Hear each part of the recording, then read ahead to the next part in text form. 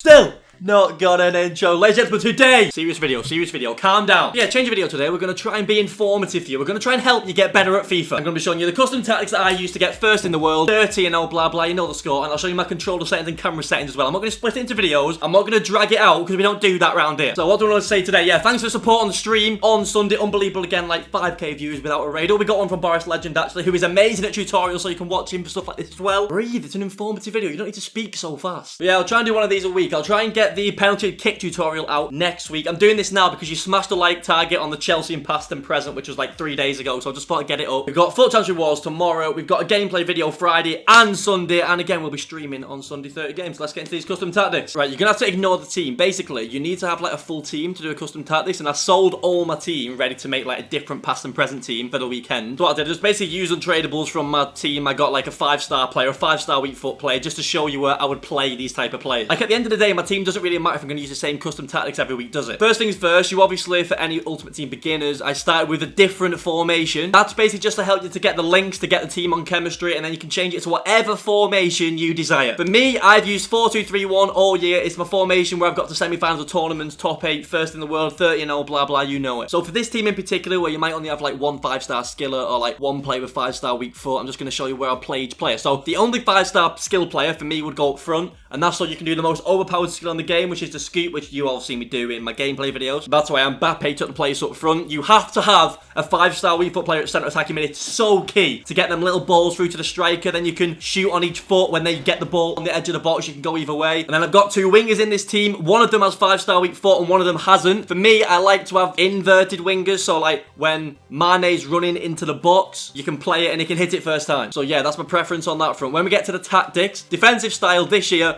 all through the year, I play balance. Don't play drop back. Don't be a rat. It's that simple. Do not be a rat. It doesn't even help you. Why would you play drop back? What? So you can get a better card to then use drop back with that card, and then suddenly it's next FIFA and you're being I don't get it. Why would you sit in your chair and play a video game to drop back? And for me in particular, I use a manual press. I don't want the game to do anything for me, but I want the ball back as soon as possible, and this allows me to set traps and cut lines myself, etc. So the depth is 3, and there's a reason for that, and that's because of the offensive style tactic. So recently I've changed it up. I've gone offensive style long ball. That doesn't mean you have to hoof it. It doesn't mean you have to become Stoke City 09. It just makes your tempo faster without it being stupid like fast build up. But the issue is, when you're on long ball, no matter what depth you're on, your fullbacks just go like high and wide. So you need to have low depth to compensate it a bit. They don't actually play like 3 depth like they would if your offensive style was balanced. Like there'll be some times in the game when I'll put my offensive style on balance and then I'll actually put my depth up even if I'm winning. Yeah, that's why we do that. Because it's a 4-2-3-1 narrow, we up the width 1, and we usually up the players in box 1 as well, because as you've seen by my gameplay, my fast passing with my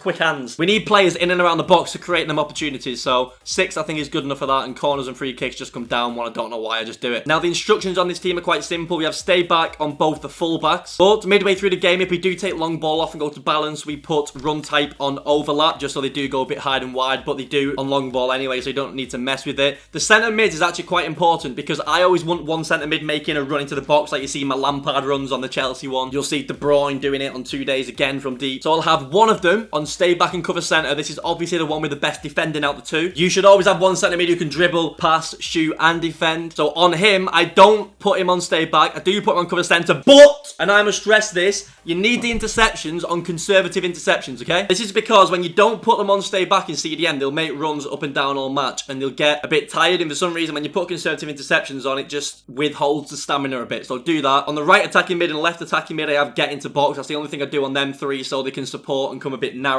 when you're trying to beat these drop back bums. And then on the striker, I just have stay forward, because again, I like to press high. I like him to be on the centre back, so we don't like to give them time on the ball. We're ambitious. And yeah, that's pretty much it on the main tactic I've been using for the past like 2 months. I'll sometimes change to 4-4-2 in game, where I don't mess with too much. I'll just keep it literally like this, balance, put players in box a bit forward, because in 4-4-2 sometimes your players are a bit far from each other. The instructions would be stay back on the full backs, wide midfielders would be cut inside, get into box, again to give you that narrowness in attack, but they don't do it too early, so you can still like get down the line to get in the positions to get on the edge of the box. Both centre midfielders would be on stay back and cover centre. Obviously Ryan Kemp wouldn't be in centre mid, but you're only here for the tactics. And then I would have one striker on stay forward, and then the other one who's, say, more of a creative player can like drop in the hole a bit. I'd love to drop in any hole right now, I'll tell you that. What, 4 months is it?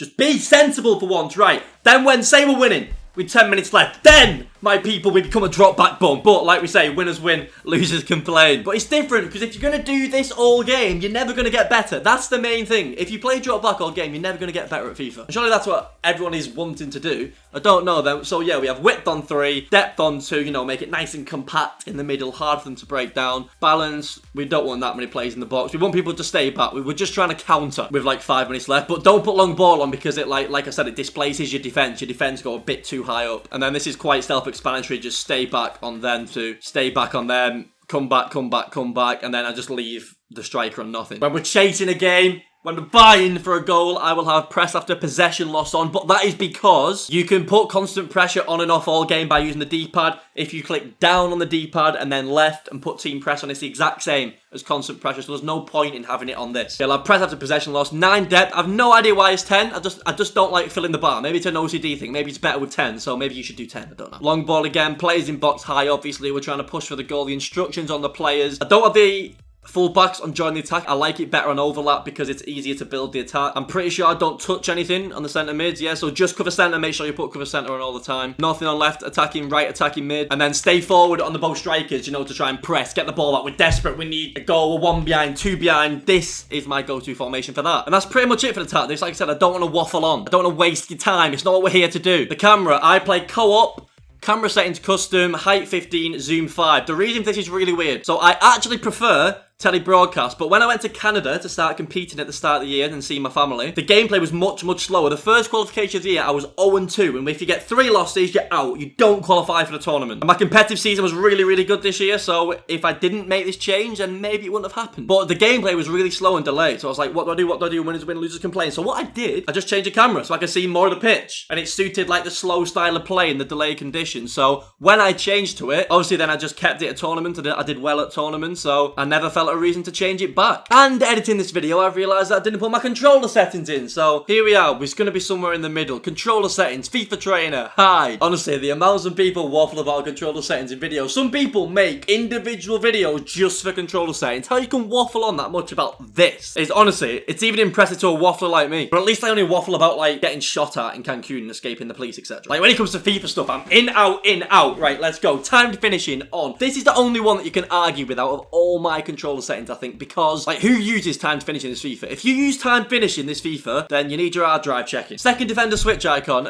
It's not that deep, is it? But you put it on because you might as well see who you're going to change to if you click LB. Pass block assistant. I mean, no one's turning that off on this drop back bum AI game, are they? Auto switching, obviously air balls and loose balls. Auto switch move assistance, obviously not. But if people don't know, this means that the auto switch, because it's only air balls and loose balls, say it auto switches you for a loose ball. If this is on high, you won't be able to change direction and go and get the loose ball because you're already moved in a certain direction for a period of time. So put that on none. Right stick switching, player relative. Again, why would you want it on ball relative? Why would you ever want it to switch to a player that you're not pointing towards? I don't know. Then obviously pass assistance through ball, they're all going to be assisted. Crossing on semi. Assisted crossing's awful. Don't put crossing on assisted. I have analog sprint on. No reason, just because it's always been on, so I've never really wanted to change it. I've tried it off, but I don't see a difference, so don't worry too much about it. The thing is, there's such like in-depth videos on like controller settings and stuff that it makes you think like, yo, you must be doing something wrong, etc. Like, it's really not that deep. Concentrate on the pitch, not off it, alright? Then the pass receiver log, again, why would you want it on early? What, so if you've passed to someone, you can't change your mind if someone ends up cutting that lane? I don't know, it seems like late for me. Then, the funny thing is, I actually do have different buttons, so what I do, I put it on classic, as such, like every sane person does. So the attack is unchanged, everything is the same from classic. Then we move to defending, and I make one change here. So what I do, I put my tackle button as A, and then I change my contain button to B. Now, I would love to be smart with you here,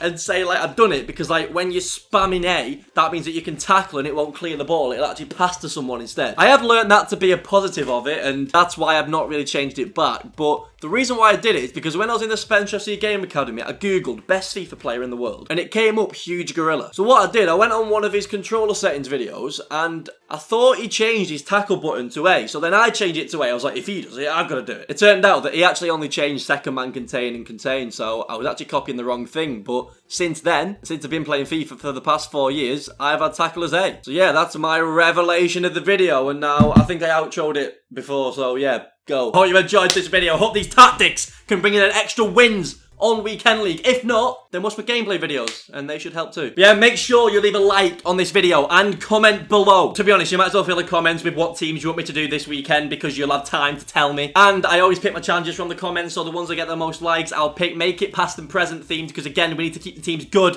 for team of the season. I'll do the team of the Harrys, don't worry. I'll do the whole penalty shootouts. To be honest, I would do more tutorials, but I feel like when it gets to this point of the year, there's not much point in bombarding them. Like, you know most stuff about the game. I will bring a penalty tutorial out, because I have some groundbreaking things about that, which will make you never ever lose to your friend in a penalty shootout. So yeah, stay tuned for that. That'll be out next week. Turn the notification bell on. I'll be here tomorrow for some Foot Challenge rewards. Friday, we'll have some stream highlights, and on Sunday, we will have Dortmund past and present highlights. Yeah, leave a like, subscribe for more, and until next time.